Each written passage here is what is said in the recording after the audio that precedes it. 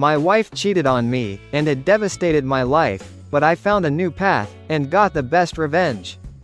I stepped outside, holding a leash, ready to take my dog for a walk, and enjoy a short run. As I observed my neighbors starting their cars, and heading to work, I let out a deep sigh. Realizing I had no office or workplace to rush to anymore, following my business's bankruptcy, I was stuck with a huge pile of debt. And I'd be spending another day at home, trying to revive my once thriving business, which had met with nothing but failure. The weight of these setbacks left me feeling lost in a world that continued moving forward without me. I noticed my neighbor, James, walking over from his well-maintained driveway. James ran a successful car import business and often had different luxury cars parked outside his house. Today was no exception, and James walked confidently with a big grin. James greeted me cheerfully, almost too cheerful. I responded with a forced smile, even though I noticed his grin seemed to grow wider. I remarked on another day of relaxation for him, though his comment stung. I calmly mentioned that every day brings its own challenges. James just chuckled and said he had cars to import, then strolled away. I watched him go, reminding myself not to let his insensitive remarks affect me. I knew some people couldn't resist the urge to gloat. Returning home used to bring me great comfort, but now it felt like stepping into a storm. Not because of the walls or the furniture, but because of someone who lived there, my wife, Nicole. Nicole, who worked as an insurance agent, had grown distant and cold since my financial troubles began. The difference was stark. Gone were the days when she would excitedly call me to come home early for a romantic dinner, or snuggle on the couch for a movie. Our conversations, once warm and affectionate, had become brief and mechanical. The home, that had once been a sanctuary of love, now felt like a reminder of what we had lost. I attempted to bridge the growing gap between us by mentioning the times when Nicole used to check on me during the day. Nicole responded curtly without looking up from her papers, indicating that things change. One evening, after returning from work, I gathered the courage to approach Nicole. Driven by my longing to rekindle the closeness we had once shared, I softly brought up our first anniversary, recalling the candlelight dinner on the terrace and our dance under the stars. Nicole looked up from her laptop with an unreadable expression, and inquired about the purpose of my remarks. I confessed. I said, I miss us. I miss how things used to be. She audibly sighed, closed her laptop, and explained that she didn't have time for this at the moment, as she was swamped with work. She emphasized that being at home didn't grant her the luxury to sit around and reminisce. I felt a sharp sense of rejection, and expressed my desire to spend time together, as we used to. Nicole's eyes hardened as she mentioned that times had changed, highlighting her responsibilities, while I pursued my activities. She indicated that she didn't have time for sweet talk, and suggested that we could discuss things when she wasn't buried with work. I nodded, feeling the weight of the distance between us. All right, Nicole, whenever you're ready. As I walked away, the cold silence of our home felt more pronounced than ever. While walking through the park with my dog, a newfound optimism began to well up within me, despite the failure of my business. I realized it was just one obstacle in the grand scheme of life. I whispered to myself, patting my dog, it's just another challenge. I can and will rise again. Upon returning home from the dog walk, I noticed Nicole at the dressing table, gracefully applying lipstick and makeup. Her reflection caught my eyes, evoking memories of the early days of our love. I approached her with a gentle smile, and complimented her beauty. Nicole didn't even glance at me. She continued applying her makeup. A moment later, when she was finished, she looked at her own reflection, and smiled, remarking, I am beautiful. In an effort to bridge the gap between us, I casually inquired about her work schedule for the evening. She paused, eyeing me curiously. Around 7, I think. Why? I winked, and replied, oh, no reason, just thought I'd ask. In my heart, I planned a surprise. Tonight, I would prepare a home-cooked dinner, complete with her favorite wine. It was a small gesture, but perhaps it could mark the beginning of healing our bond, and regaining her attention. After all, mending our relationship might just be the motivation I needed to rebuild my career. Was this response better, or worse? I spent the day refreshing our home with upbeat music playing in the background. I wanted the atmosphere to radiate warmth and welcome for Nicole's return. With every clean surface, washed dish, and empty trash, I felt a small sense of accomplishment. After making our home shine, I headed to the grocery store to gather ingredients for the evening's dinner. As an afterthought, I decided to visit the wine store to get Nicole's favorite wine. Upon entering, the familiar doorbell chime greeted me, and Pam, the saleswoman, recognized me with excitement. Pam greeted me, saying it had been a while, and asking how I'd been. I gave a half smile, and replied that I had had better days, but was getting by. I inquired if they had a bottle of the rosé wine. To which Pam playfully raised her eyebrows, and teased about planning a romantic evening at home. I chuckled, attempting to sound nonchalant, and confirmed that it was something like that. I mentioned that Nicole had been there about an hour ago, and had picked up a bottle of the same wine. Pam seemed to realize she might have said too much, and she stammered, suggesting that maybe Nicole was planning her own surprise. Clearing her throat, she efficiently wrapped the bottle for me, hoping to change the subject. As I headed home, my hopeful mood was replaced by a swirl of thoughts. I contemplated the possibilities. Could Nicole also be preparing a surprise for me? But why would she buy the wine in the afternoon? I gripped the steering wheel, a mix of anticipation and anxiety taking hold. I decided not to jump to conclusions.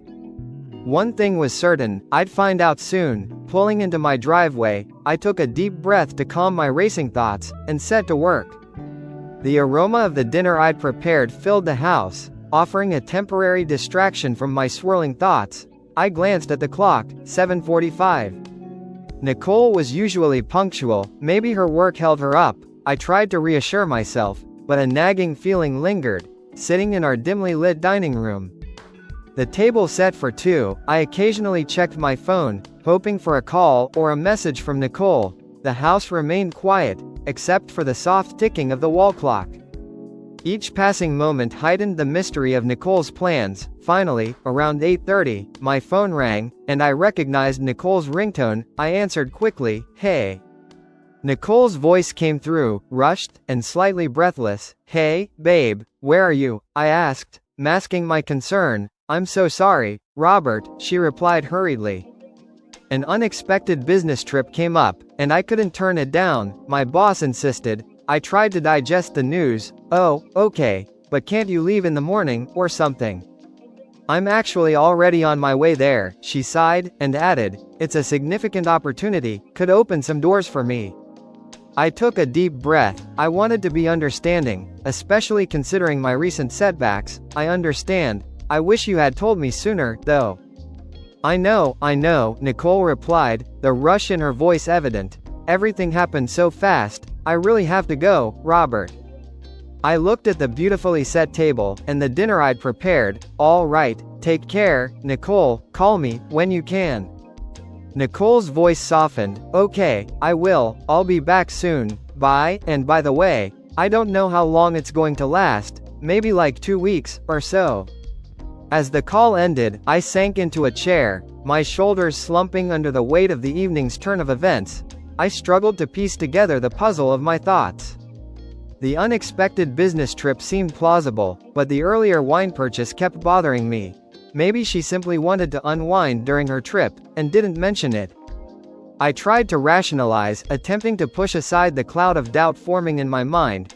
I took a deep breath, urging myself to focus on the present. Right in front of me was a delicious meal, and I was reluctant to let it go to waste. With renewed determination, I served myself some food and moved to the living room. The soft glow of the TV filled the room. As I switched it on, the familiar sounds of a game in progress greeted me. I decided to immerse myself in it, temporarily pushing aside my concerns, for sometimes, a little distraction was all I needed to find clarity. I relaxed on the couch, thoroughly enjoying the game's excitement. An occasional chuckle escaped my lips, indicating my genuine amusement.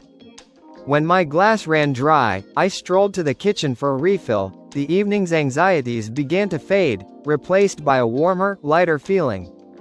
As I passed the study, an unexpected light caught my eye. The computer screen was illuminated, something that typically happened when notifications came in, or if it was disturbed. Curiosity got the better of me, and I stepped into the study. Switching on the overhead light, I mused to myself that maybe someone had left the computer on. After having one too many drinks, but just as I was about to leave, another noise from the computer halted me in my tracks. A small pop-up in the screen's lower corner grabbed my attention, displaying the message, "Photos successfully synced." With raised eyebrows, I approached the computer and clicked on the notification. The screen showed the loading icon for a moment, before revealing a list of files, all timestamped from just hours ago. Tentatively, I opened one of the files, and the image started loading from top to bottom, gradually revealing a familiar face. As the image continued to load, Nicole's smiling face appeared, and her surroundings became clearer. By the time the image fully rendered, my heart sank. There she was, my wife, playfully taking a selfie, while sitting on her boss's lap. The realization weighed heavily on me, and I slumped into a nearby chair. Holding my head in my hands, all the doubts and suspicions that I had pushed aside came rushing back, now confirmed by the undeniable truth on the screen. The room seemed to close in on me as I stared at the image, the playful glint in Nicole's eyes, the familiarity with which she leaned into her boss. It all painted a story that I didn't want to believe. The wine I had consumed churned uneasily in my stomach. I returned to the list of files. Clicking on another one, a sequence of photos revealed Nicole and her boss at a fancy bar. In some pictures, they were laughing and toasting with their glasses. In others, they were engaged in deep conversation, their faces close together. With each image, the reality of the situation became more evident. The evening's attempts to rekindle our relationship, the dinner I had prepared with care, it all seemed to taunt me now. A confusing mix of anger, pain, and betrayal flooded me, and most of all, I felt an overpowering sense of loss. I got up and returned to the living room. No longer interested in the wine I held, I was now looking for something stronger. With a light drizzle outside, I put on my coat and headed out. Slowly, I made my way to the liquor store. As I walked, my heart ached with pain. I could feel myself shattering into numerous pieces. Memories of the joyful times I shared with Nicole replayed in my mind, but now they were tinged with sadness. The question, why, echoed repeatedly. Why did Nicole grow distant? Was it because I had failed as a provider? I remembered the times when my business was thriving, when we both had big dreams. I had once enthusiastically promised Nicole the latest Mercedes, a symbol of success and luxury, but I never followed through on that promise. Could that unkept promise be a part of why she distanced herself, or was it something more? It was hard to pinpoint one reason. Perhaps it was a combination of many small things, overlooked moments, and unspoken emotions. All I knew for certain was that our relationship had changed. Leaving me with a profound sense of loss and confusion, I entered the store, rainwater dripping from my face and soaking my coat. Pam, upon recognizing me, noticed the fading smile on my face, and paused for a moment, searching for the right words. "Hey, Robert," she began gently. "Having a tough day?" My voice was low, almost a whisper. "Whiskey, please." Pam, perceptive, as always, sensed that something was amiss. "Are you sure about that? You know, if you need someone to talk to." But I simply shook my head, interrupting her. "Just the whiskey, thanks." I took the bottle, offered a brief, weary smile, and left the store. I didn't wait until I got home to open the whiskey. After a few swallows, the world began to spin. The drink heightened my emotions, breaking down my usual defenses, stumbling a bit. I began speaking louder to strangers passing by. "Hey, there," I slurred, pointing at no one in particular. "Do you know my wife? She's off somewhere, having the time of her life with her boss, and here I am, celebrating." I laughed bitterly, my words dripping with sarcasm. "Yep, a one-man party, that's me." As time passed, my speech became increasingly incoherent. I began to sing fragments of a song that had played in my home earlier. The same song meant to accompany a romantic dinner for two. My voice wavered, sometimes staying on key, other times going entirely off tune. The sadness in my rendition was palpable, the melody mirroring my broken heart. Stumbling along the sidewalk, I realized I had lost my whiskey bottle. Thinking I had finished it, I decided to return to the store for another. As I swayed, and muttered to myself, I reached into my pocket for money. But it was nowhere to be found. It was then that I noticed an older man nearby, watching me with a mix of concern and curiosity. I raised my voice, and my words slurred together, as I confronted the old man, asking if he had something to say. The elderly man, wearing glasses, and carrying a worn-out backpack, appeared surprised by my aggression at first. However, my tone quickly shifted from confrontational to desperate. I apologized to him, my voice breaking, and explained that I really needed a drink right now. I asked if he could spare $20. The old man sighed, and reached into his pockets, pulling out a few crumpled dollar bills from his shirt pocket. He told me it was all he had, and extended the money to me. Still steady on my feet, I accepted the money, and mumbled my thanks. Then I suggested that he join me for a drink. But the old man gently declined, expressing concern that I had already had enough.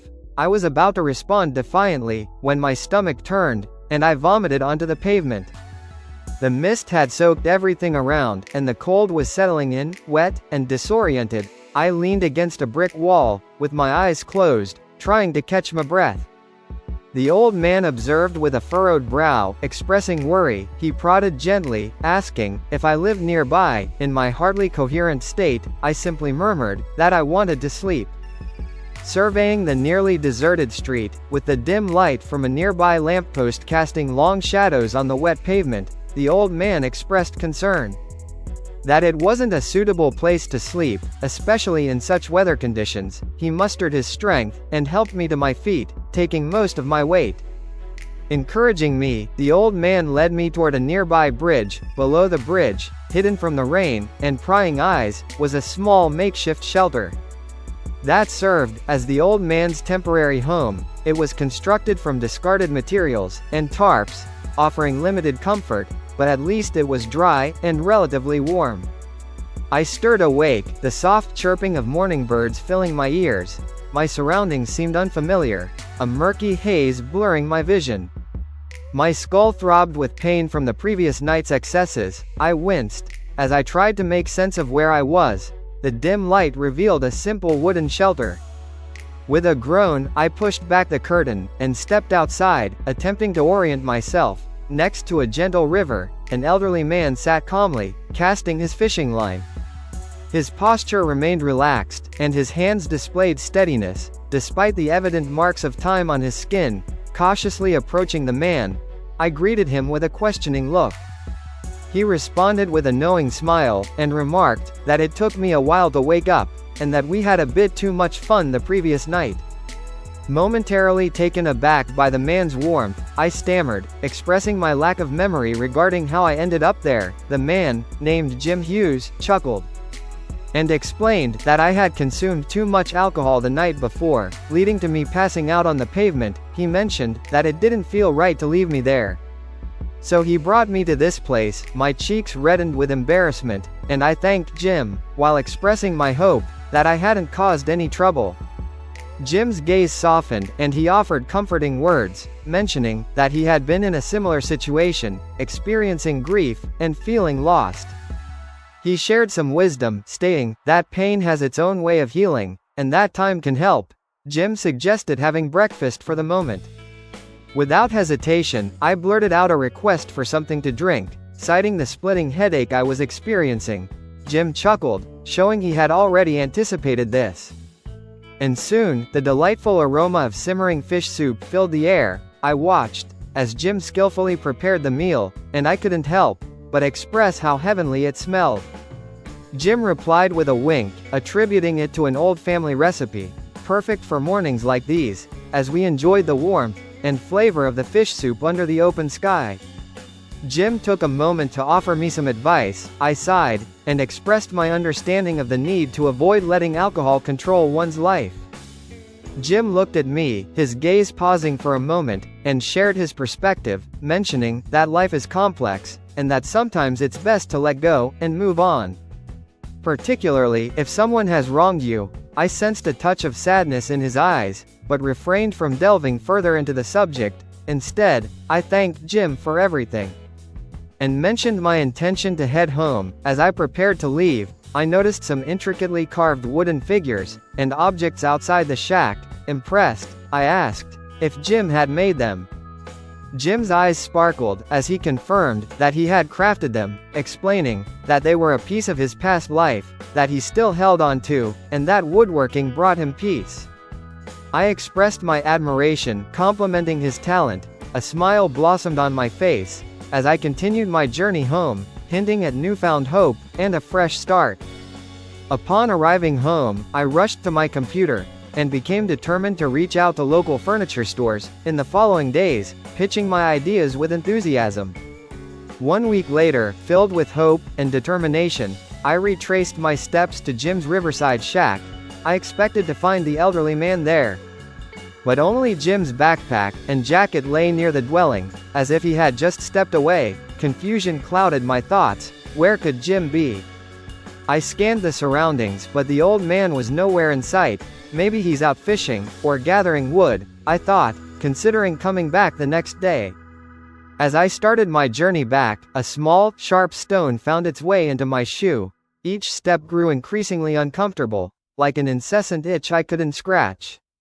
I let out a sigh of irritation, and found a flat spot to sit down, eager to remove the annoying intruder. However, as I lifted my shoe, my eyes darted past it to a lone figure, standing perilously close to the edge of the bridge in the distance. Panic gripped me.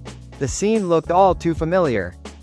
Without a second thought, I quickly put my shoe back on, not even bothering to tie the laces. I shouted with desperation, as I saw the person too close to the edge of the bridge. Fearing the worst, I hoped that with each rapid step, I could reach them in time, praying they would hear me and step back to safety. My feet thudded against the wooden planks of the bridge, and as I got closer, Jim's figure became clearer, initially relieved to find my friend. My smile disappeared when I noticed a coiled rope on the ground next to Jim, replacing my relief with gut-wrenching fear. Jim's eyes, filled with pain and unshed tears, met mine, conveying the despair that words couldn't express. Without hesitation, I approached Jim with slow and deliberate movements, careful not to startle him. I reached out and put an arm securely finity around his shoulders. We stood there together, two souls on that bridge, sharing a moment of raw vulnerability.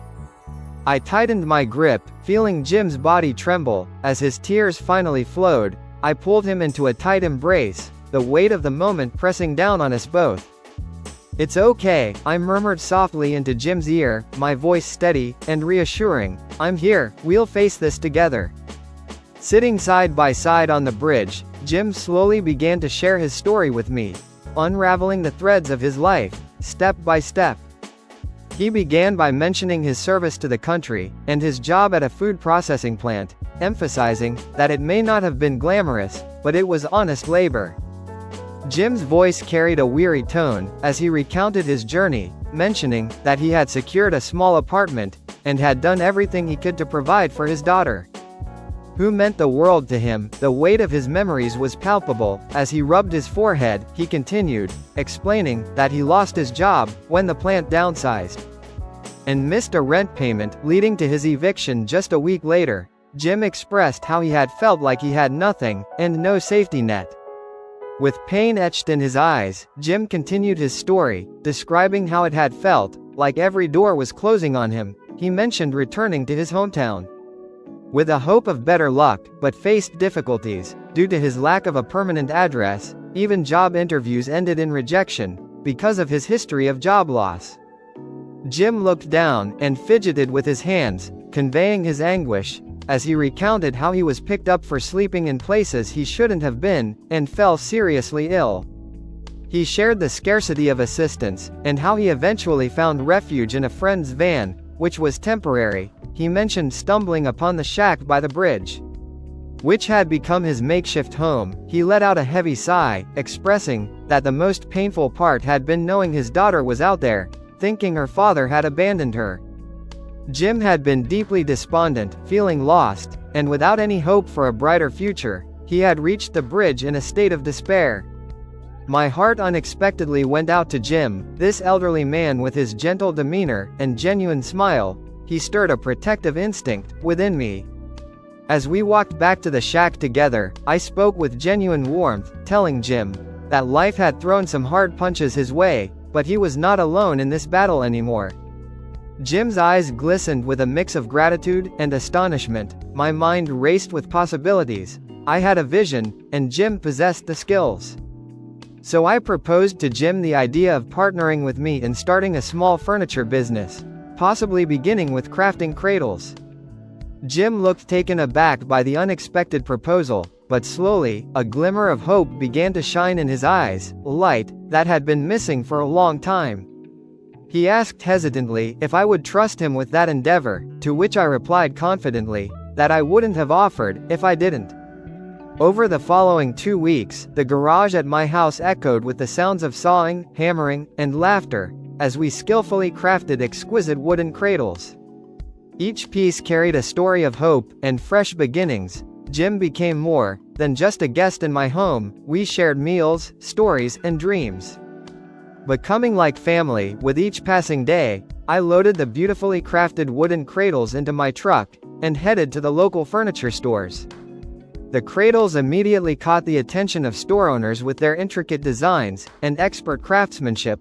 When one store owner inquired about the craftsman, I proudly told them about my friend, Jim, emphasizing his remarkable talent. It didn't take long for the cradles to gain popularity. Customers appreciated their uniqueness and the exceptional craftsmanship that went into each piece. Word spread, and soon, more and more stores were reaching out to me and Jim with orders. One day, my smartphone displayed my wife, Nicole's name, filling me with anticipation and memories. In a brief conversation, Nicole mentioned a delay and the possibility of an extended trip abroad. When I inquired about what was going on, there was a moment of silence, followed by Nicole clearing her throat. She then explained her urgent need for a loan. Hesitating due to our history and the abruptness of her request, I eventually conveyed my inability. Nicole, I'm sorry, but I can't do that right now. Her irritation was audible, and she sighed and responded sharply with a fine, forget it, before abruptly ending the call. Jim and my collaboration had taken off, and the demand for our finely crafted cradles was on the rise. Our small workspace was quickly becoming inadequate to handle the expanding business. As time passed, it became evident that we needed more space to accommodate our growing enterprise. I recalled a conversation with my friend, Mark, who mentioned owning an old barn just outside of town. It was spacious, sturdy, and had been vacant for years. The transition to the barn went smoothly, and we hired a couple of eager local workers, who were enthusiastic about learning the craft and becoming part of our growing success.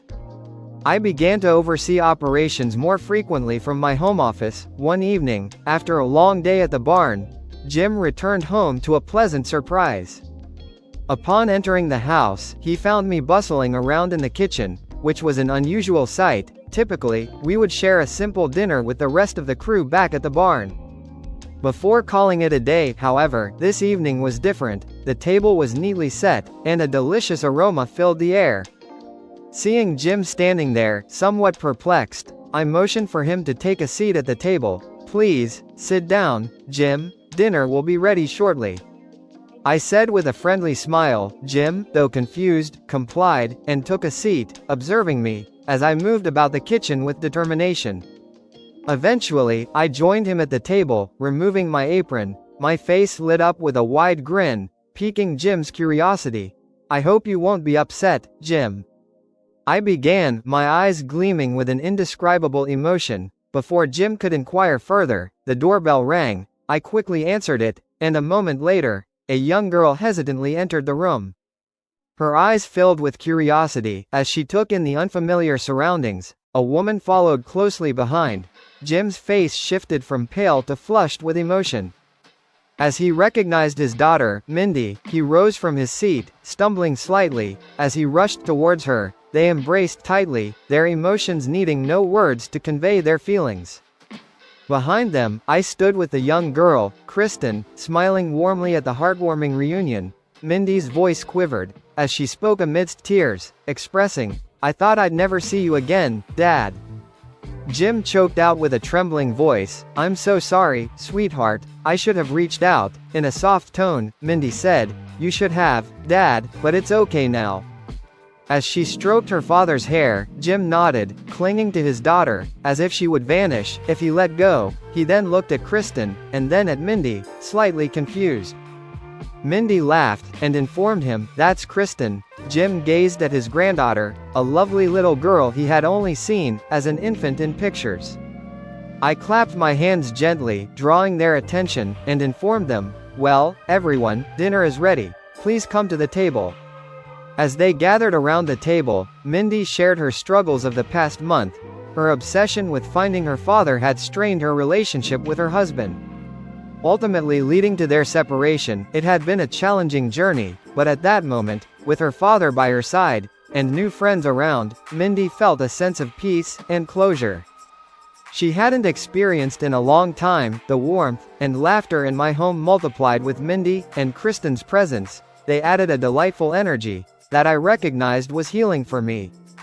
I invited them to stay, knowing how much it would help my friend rebuild the lost bond. One evening, while engrossed in paperwork in my home office, the main door squeaked open.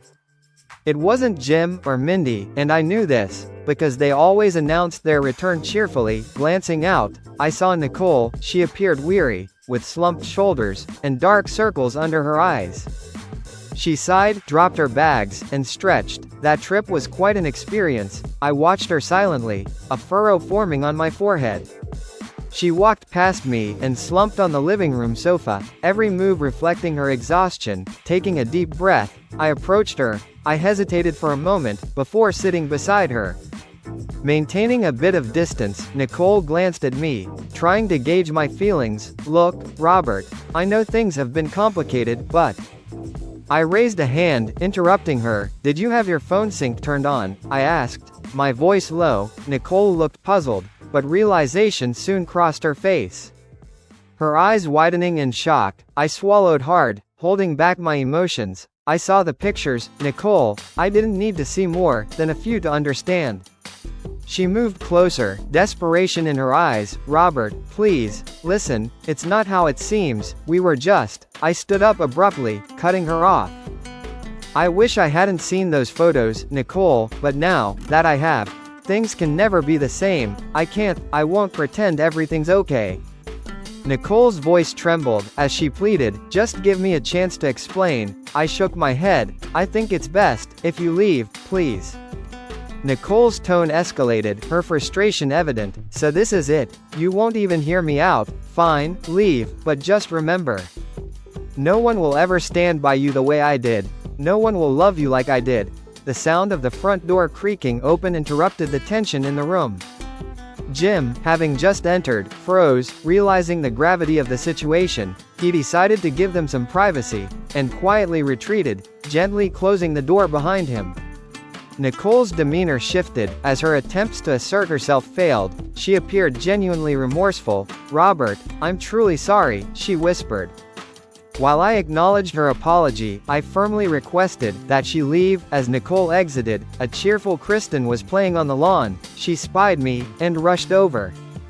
Hugging my legs tightly, the innocent embrace seemed to emphasize the contrast between the past and a potential future. Nicole watched, taking in the scene. A pang of realization struck her. Perhaps someone else would indeed offer me the love and respect I deserved, something she had been unable to provide.